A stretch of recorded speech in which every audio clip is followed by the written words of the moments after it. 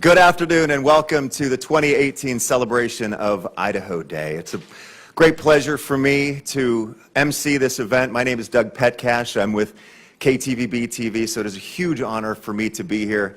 I'm a huge history buff and a big supporter of the Idaho State Historical Society, and I've had the pleasure of hosting their yearly Esto Perpetua Awards for many, many years now. And so, well, since I have you all here, I thought I'd like to start off today by announcing my candidacy for governor of the great state of Idaho. Now look, I'd really like to thank you all for your staunch support and hard work over these last long, hard seconds. But I do have to say I'm going to have to withdraw my candidacy for the great state, governor of the great state of Idaho. Really, because it is Idaho Day, I wanted to go down in history as the person who had the shortest candidacy for governor of all time. Can we legitimize that, Mr. Secretary? The shortest ever? It'll cost you $200. Okay, all right. Once again, it is great to be here for Idaho Day and emceeing this spectacular event. A little bit about it. During its 2014 session, the legislature established an official Idaho Day to be observed each year on March 4th, unless it's on a Sunday, so March 5th this year, to commemorate the creation of Idaho by President Lincoln on that day in 1863. It will be a day in which state and local agencies, historical societies, schools, Indian tribes, civic groups, chambers of commerce, clubs, the media, and Idaho citizens in general can celebrate and educate about Idaho, her culture, her history, her diversity, her beauty, her resources, and her greatness. This year's theme is Idaho Remembers. We're commemorating the 100th anniversary of the signing of the armistice ending World War I, and we're also honoring all Idaho veterans and active military. So on behalf of everyone here, I would like to say thank you to all of our veterans and active military in attendance today.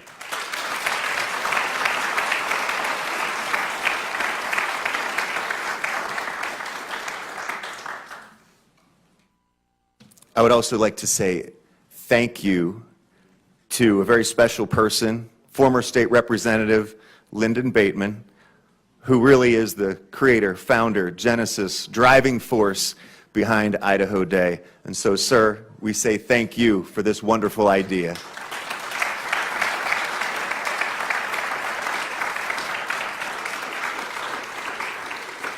At this time, I would like to ask you all to stand for the presentation of the flag, as well as the playing of the national anthem by the Idaho Army National Guard Honor Guard and the 25th Army Band.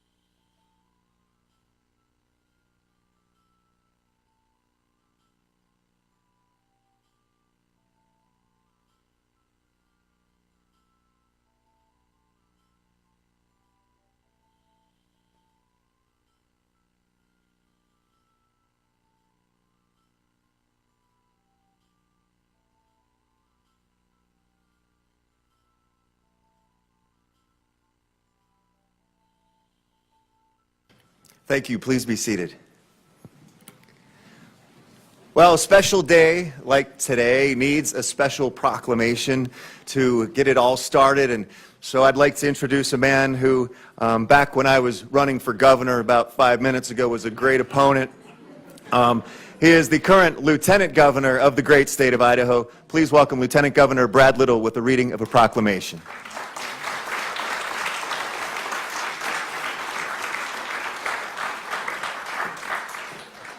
I thought Marv Hagedorn was going to come running up here when they said Lieutenant Governor. So, well, thank you very much, Doug, and it's great to be here. Thanks to our military honor guard, General Garshek. Thank you for being here.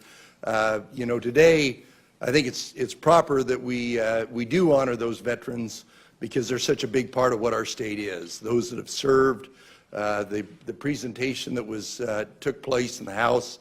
I listened to that this morning, and you never spend enough time thinking about those that have served, and then thinking about our background. These Highland students here, it's incredibly important for us to remember where we came from because it gives us a great grounding in where we're going. So to the Historical Society, the people that volunteer, the people that help, and all the great work they did, particularly Representative Bateman. This day is a result of his work. This room is a result of his work. The reason this room is called the Lincoln Auditorium is because of the great work that Lyndon Bateman did for the state of Idaho, and it wouldn't be Idaho Day without Lyndon being here present, so thanks for all you've done, Lyndon. So.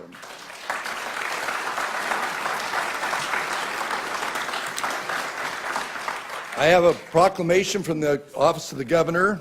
Sorry, Doug, doesn't have your name on it anywhere. Whereas on the morning of March 4th, 1863, President Abraham Lincoln signed an act of Congress into law creating the Idaho Territory. And whereas on July 3rd, 1890, President Benjamin Harrison signed an act of Congress establishing Idaho as a state. And whereas over the past 127 years, the state of Idaho has brought great pride to our citizens and nation.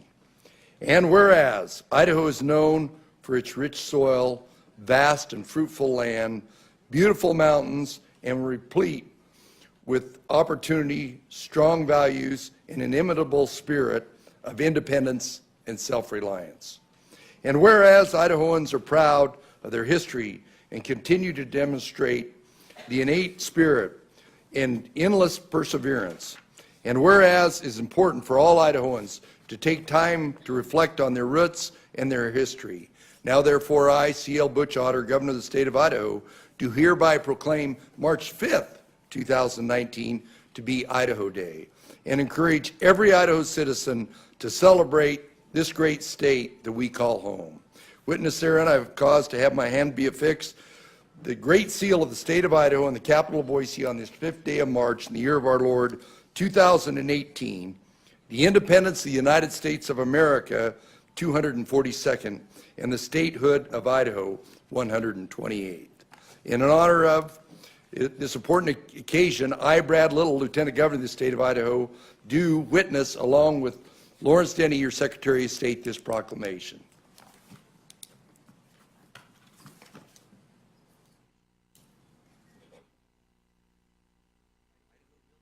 There you go.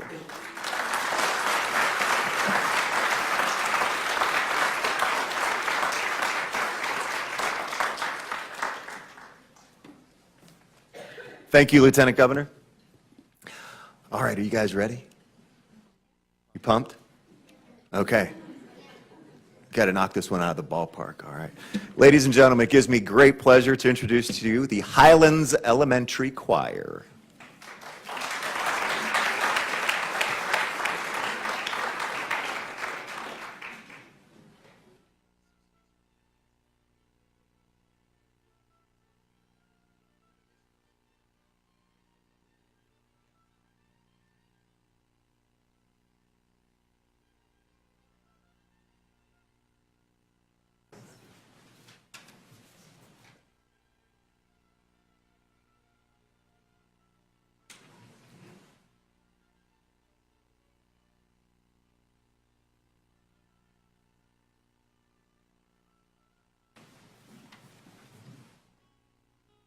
Just stand here and block the way, I guess.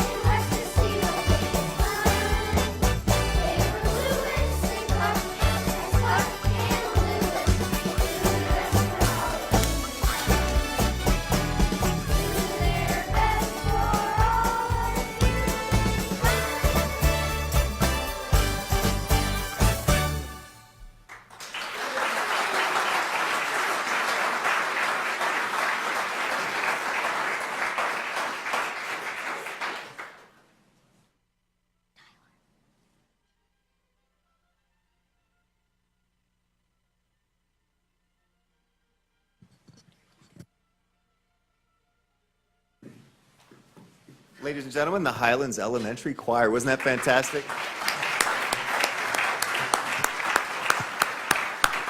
We'll hear another selection from them in a little bit, so stay tuned for that.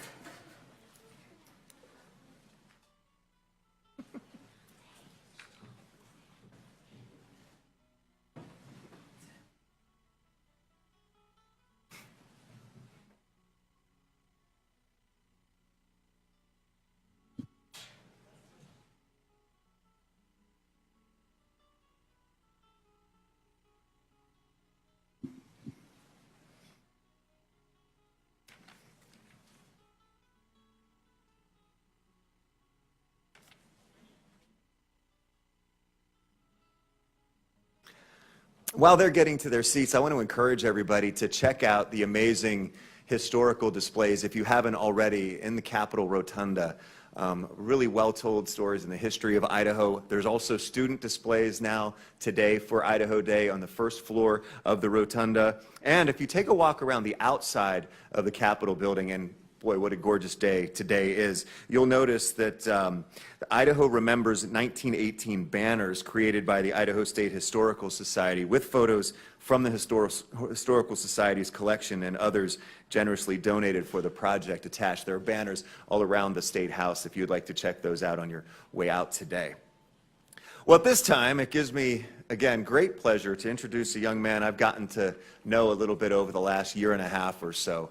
Talk about a history buff. This guy is it. I've actually had him on my Viewpoint program on KTVB on Sunday mornings. It's our political and public affairs talk show twice already, and I think only the Speaker of the House and the Senate and House minority and majority leaders have been on more times than this young man. He did incredible work in Normandy on the Silent Heroes Project, which he's going to talk a little bit more about today. He is also just recently named one of 8 student ambassadors to the National World War II Museum.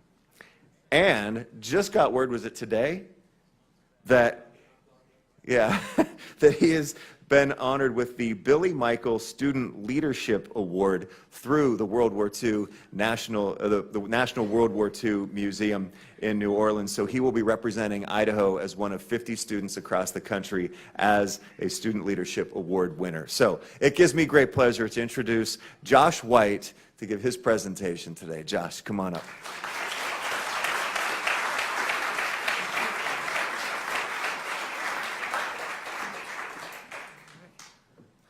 So, hi, my name is Josh White. I am a senior at Renaissance High School. I'm the senior class president, and I'm also the president of National History Day Club. And throughout this, I've just gained a love for history. And this is my presentation about why we should remember our World War II soldiers and soldiers from all wars. I'm going to be talking about World War II specifically. And then I'm also going to be talking about my experiences researching a soldier who was nearly forgotten that fought and died during World War II.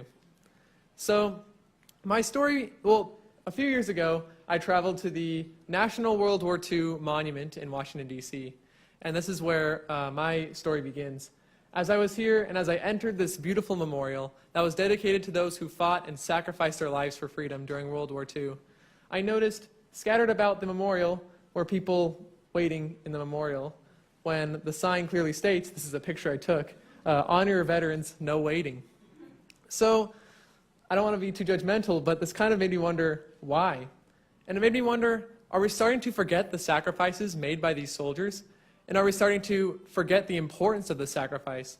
And this really gave me a passion making sure that every soldier has the opportunity to be remembered for their sacrifices.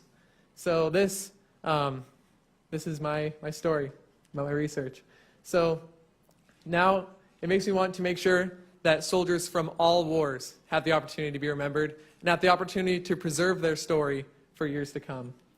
So, in 2016, I was a member of the Normandy Sacrifice for Freedom Albert H. Small Student Teacher Institute. And through here, I was part of one of 15 student teacher teams that were chosen across the country to spend 6 months studying about World War II and D-Day specifically. And along with this research, I spent 6 months studying about Ray Oliver Coffey, a soldier from Idaho who fought and died in Normandy, France during World War II. And through this, we were tasked to research and find out more about his life. And we did this research through the Idaho State Archives. And at the Idaho State Archives, we looked at yearbooks, we looked at newspapers, trying to find anything we could to recreate his life.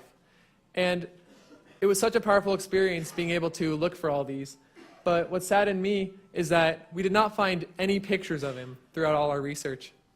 We did find a yearbook that he should have been in, but he dropped out his junior year, and they only took senior portraits at that time, so we did not find a picture there. But through our research, we found pictures of every single one of his siblings. The other two on there are spouses, but we have Edith, John, Harold, and Ralph. But we did not find a picture of Ray, unfortunately. But we were able to use Ancestry.com and create a family tree of Ray's life. And it was very amazing that we were able to use these resources and put it all together. But as we did all this research, we realized that Ray was nearly forgotten. And if we hadn't done what we had done, Ray would have been forgotten. We found no one who knew him. We found no personal artifacts from him, no letters, no pictures, nothing. So he would have been forgotten.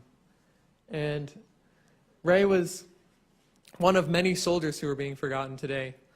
And it just makes me want to make sure that no soldier gets forgotten, because they made the ultimate sacrifice for our freedom. And as I started this institute, Ray was just a name in my eyes.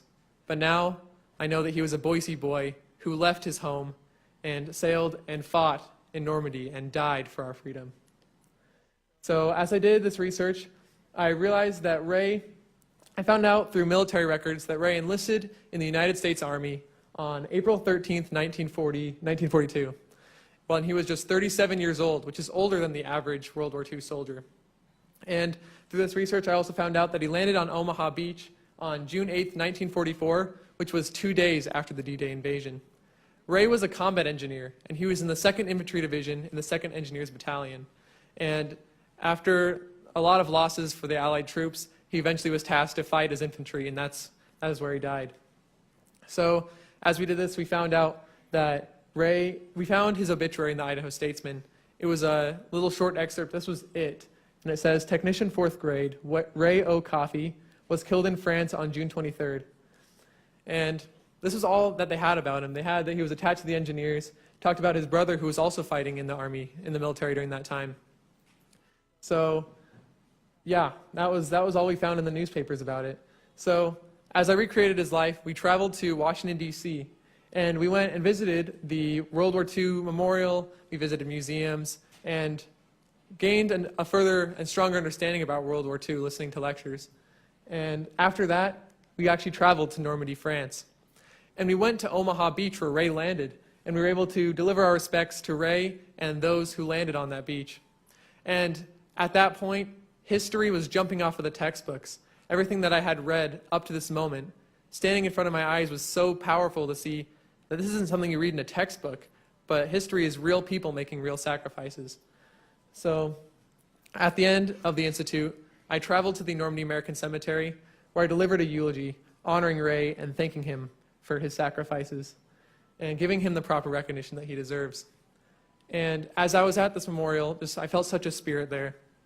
But what I noticed with the other graves, there was a lot that said, "Here rests in honored glory a comrade in arms known but to God." And as I saw this, it made me realize that some soldiers, many soldiers, are more forgotten than Ray is. And how can we remember these soldiers? I want to make sure that every soldier can be remembered. So, as I was learning in school, I learned about Day of the Dead. And in Mexican tradition, there are 3 deaths. The first death is physical death. The second death is being lowered into the grave. And the third death, which in my opinion is the most important, is when nobody is alive to remember them. So how can we make sure that these soldiers stay alive in our hearts for as long as possible? Well, one way we can do that is doing research at the library and doing research at the archives. This was something that Mrs. Gilson and I were able to use, and we were able to recreate Ray's life. There were some soldiers that we were able to find along with our research that we weren't able to spend time doing further research about. So it's soldiers like that that have a story to be told, that it just takes looking for that information. Another way that this can be done is looking on Ancestry.com and Family Search, recreating the soldier's life through all these history websites. Ancestry.com and Family Search, Ms. Gilson and I both used, and it's such a good tool to be able to figure out what their family was like, put in historical artifacts and stories and anything about the soldier that keeps them remembered. So one thing, as Doug Pekash mentioned, is that I am a World War II student ambassador for the National World War II Museum. And through this, I'll be interviewing World War II veterans from all around the Treasure Valley in hopes to preserve their story. And these will be video interviews in most likely the soldier's home. And these video interviews will be sent to the World War II Museum's digital archives. And these will be preserved for generations to come. And I'm really thankful that I have been chosen to be a part of this, because I'm the first Idaho student to be a part of this. And I'm in contact with several World War II veterans that would love to be interviewed. So it is really important that every soldier can tell their story, especially in World War II, because World War II was over 70 years ago, and we are starting to lose our World War II veterans. So we must start now in the project to preserve their story for generations to come. So another project that is going on is the Veterans History Project at the Warhawk Air Museum. And here they are also conducting video interviews with these veterans, and these are sent to the Library of Congress. So both of these projects have the task of researching these soldiers and telling their story. The Warhawk Air Museum is doing soldiers from all wars, while I'm just doing World War II. But yeah, so if you or anyone you know is a World War II veteran or any war veteran, we have these projects going on to preserve their story, and the project can start now. So anyone can join the task to help preserve history. History is so important, and there's so many aspects of it because it can give us firsthand accounts of how events happened and different perspectives. And every soldier should have the opportunity to be remembered, and no one deserves to be forgotten. It is so powerful to be able to research this and bring this issue to light, learning more about the war. So at the end of our research, we were able to talk to the Boise High School principal. That was where Ray grew up, in Boise High School. And we were able to get a plaque made for him because he was not on the World War II memorial there. So it makes me wonder, how many more veterans are out there that aren't on this memorial? And how can we remember them? And through this, I can do research, and everyone can do research to remember these soldiers and give them the recognition that they deserve. So I'm just so thankful for their sacrifices and the opportunity I have to be a part of this project, and for everyone who has the opportunity to conduct research and keep these soldiers' lives in our hearts. So this is my email. It's on the projectors.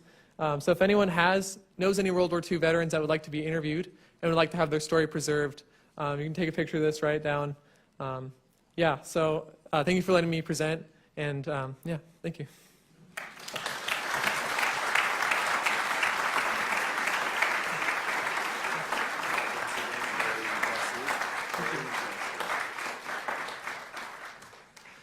And I can promise you that Josh will treat your relative or yourself with incredible respect and dignity, and he is just such a thoughtful young man who is really, really passionate about saving this all-important history of the greatest generation in our country.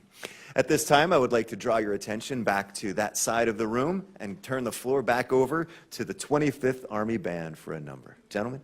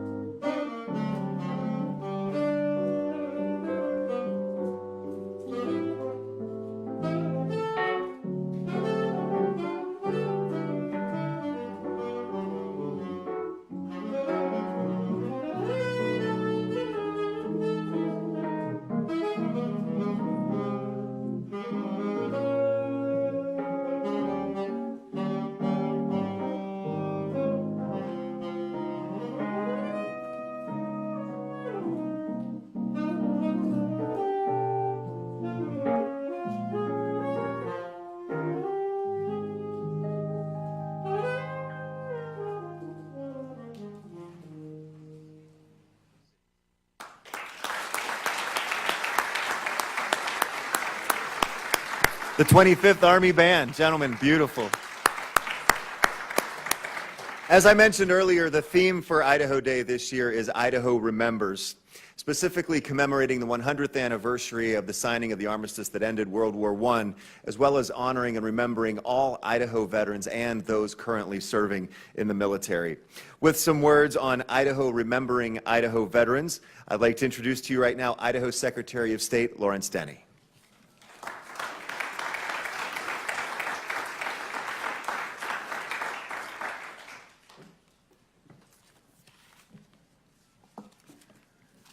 Well, thank you. Good afternoon. And thank you, Josh, for what you're doing, and Godspeed to you. Well, I want to thank you for for inviting me to participate in this year's Idaho Day celebration. It's quite an honor. This year 2018, is the 100th anniversary of the end of World War I, or the Great War as it was called. All the veterans who served during that war are now gone, and in fact, many of the veterans from World War II, from the Korean War, and from Vietnam War are also getting right up there in age. And as a tribute to all of those who have served and all of those who are serving now, I would like to read a short essay written by David Gibbs III, titled "The Price of Freedom." I hope you brought your handkerchiefs. The sweat poured from the young lieutenant's brow, interspersed between severe amounts of static and interference. The radio message had barely gotten through, but its implication was resoundingly clear. The air support that was to be their salvation had been strategically cut off. The Viet Cong were in position surrounding the hill, on top of which stood a small, rundown structure where these 8 American GIs had been forced to take refuge. The North Vietnamese greatly outnumbered their American counterparts, but the American men had fought valiantly, confusing the Viet Cong as to just how many Americans they were actually fighting.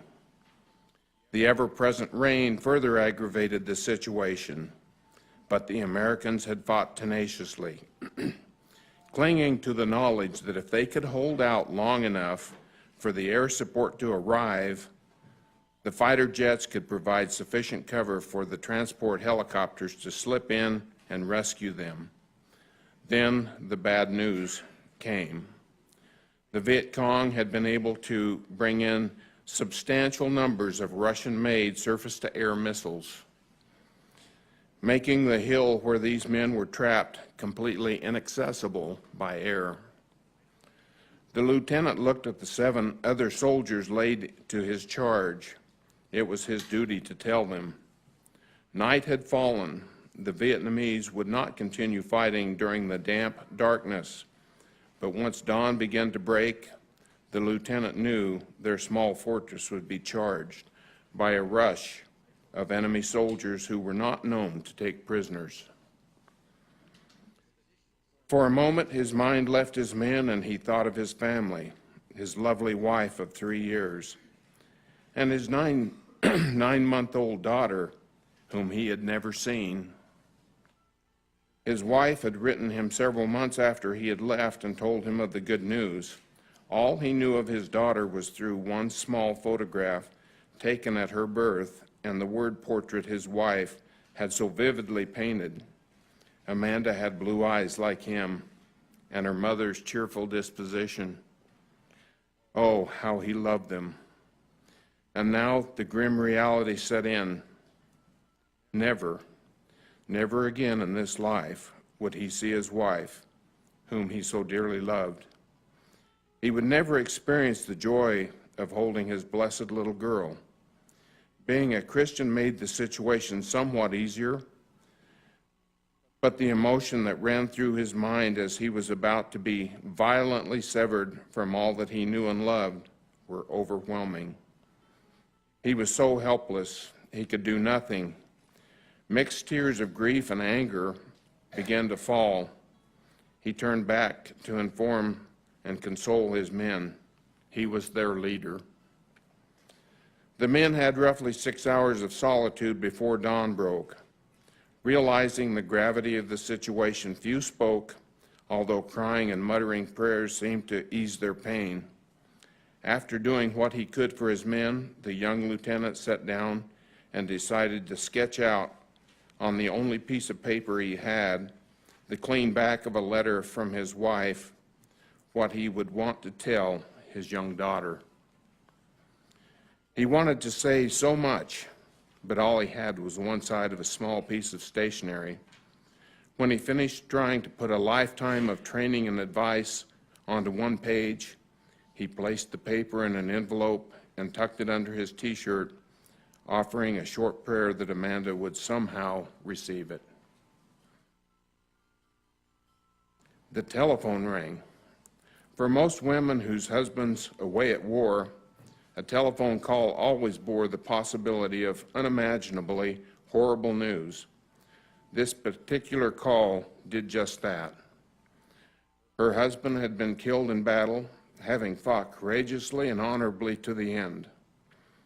Very little of his personal effects survived, but on his body there had been found one item that was to be delivered to the house within the hour, an envelope addressed to their daughter, Amanda.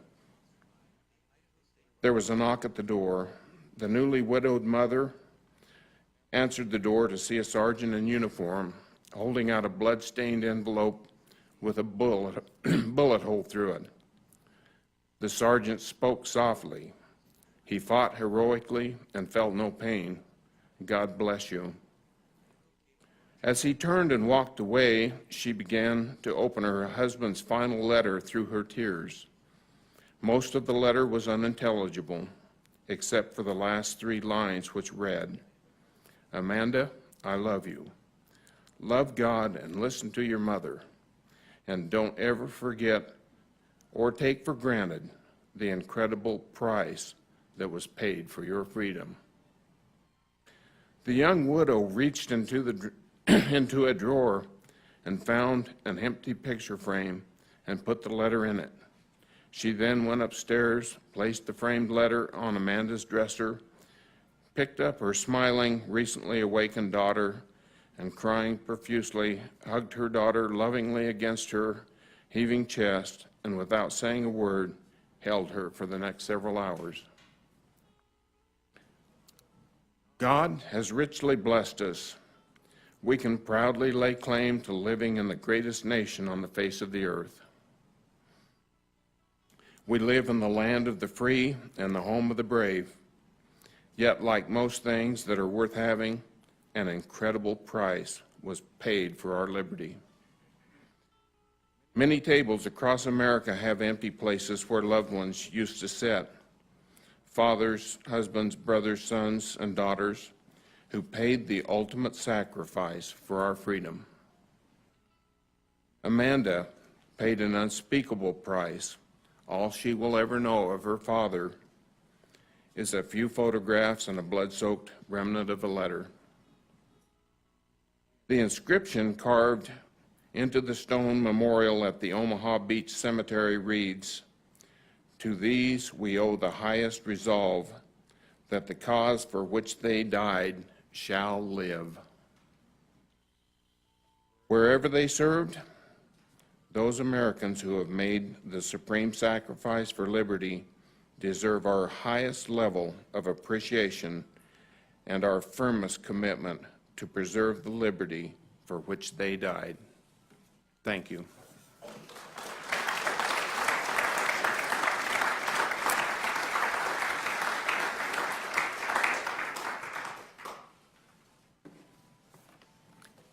Secretary Denny, thank you. Very poignant. May I ask you to please stand again?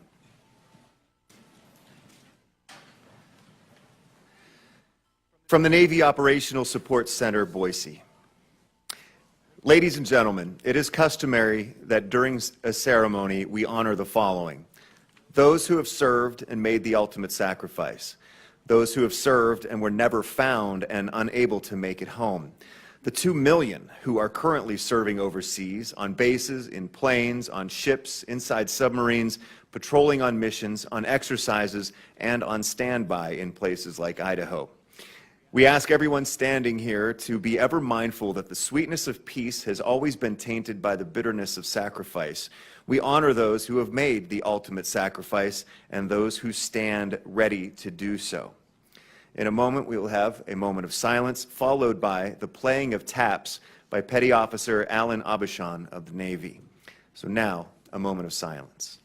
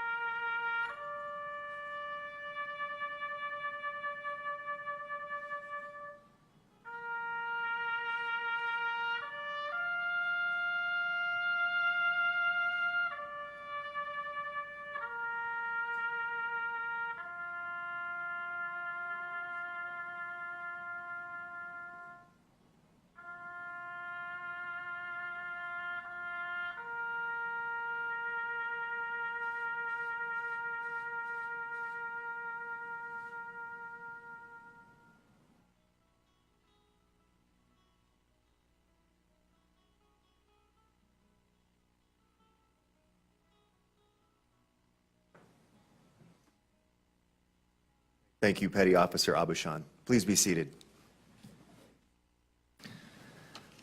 All right, you guys had your warm-up. Ready for round two? Ready for round two? All right, why don't you guys come up and get into place, whatever you're going to be, and while you're doing that, I can make a couple of short announcements here. Ladies and gentlemen, we have some prizes that you may or may not be aware of. Your Idaho Day pin that you may have received today at some point or walking into the auditorium. It may have a red, white, or blue sticker on the back. We have 3 gift baskets to give away that are over here on the table up front at the conclusion of the program. These baskets have been generously donated by the Idaho State Historical Society, by Idaho, and the Idaho Commission for Libraries. Each color sticker matches with the color ribbon of one of those baskets, so check your Idaho Day pins to see if you're the winner of one of these, and at the conclusion today, you can come up and pick up one of these baskets, which have incredible gifts and prizes in them. Also, as I mentioned before, after the program today, please feel free to wander around the State Capitol building. It is obviously beautiful. If you've never been here before, it's worth walking all over the different areas of the rotunda and the different levels. On the first floor, again, there are the student projects for Idaho Day there, and also our Idaho Day partners. With that being said, I believe the Highlands Elementary Choir is ready. Almost.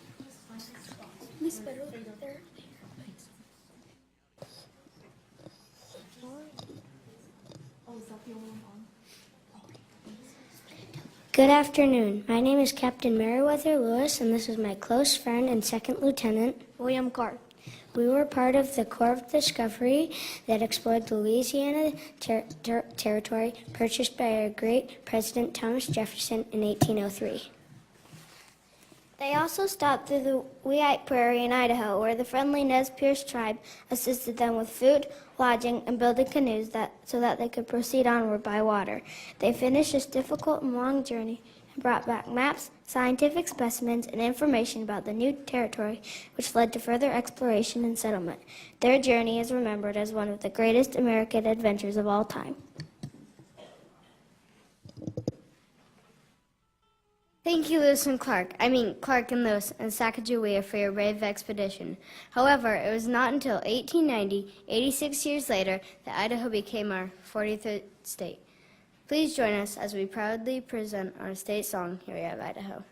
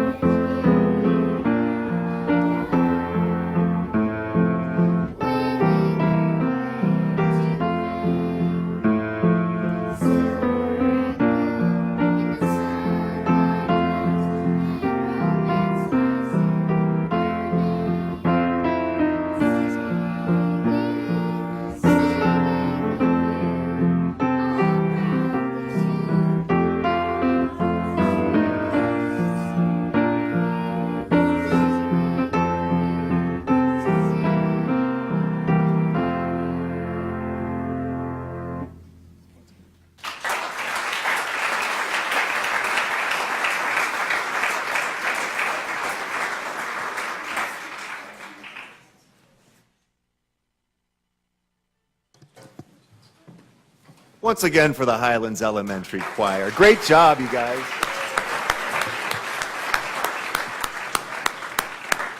Well, that about brings us to the conclusion of our program for Idaho Day today. I want to thank all of you for coming. I want to thank Lieutenant Governor Brad Little, Secretary of State Lawrence Denny, and future Governor of Idaho, Josh White, for being here and giving presentations today. I really appreciate it. Also, please check out your program to see all the people who make Idaho history stay alive by sponsoring and supporting events like this. And if you haven't checked out some of the facilities of the Idaho State Historical Society, please do that. The archives are an amazing resource. Of course, the penitentiary and so many other things, and the displays here in the State Capitol building themselves. Again, if you won one of those prizes with the red, white, and blue sticker on the back of your Idaho Day pin, the baskets are up here. I thank you all for coming today. Have a great Idaho Day. And once again, the 25th Army Band.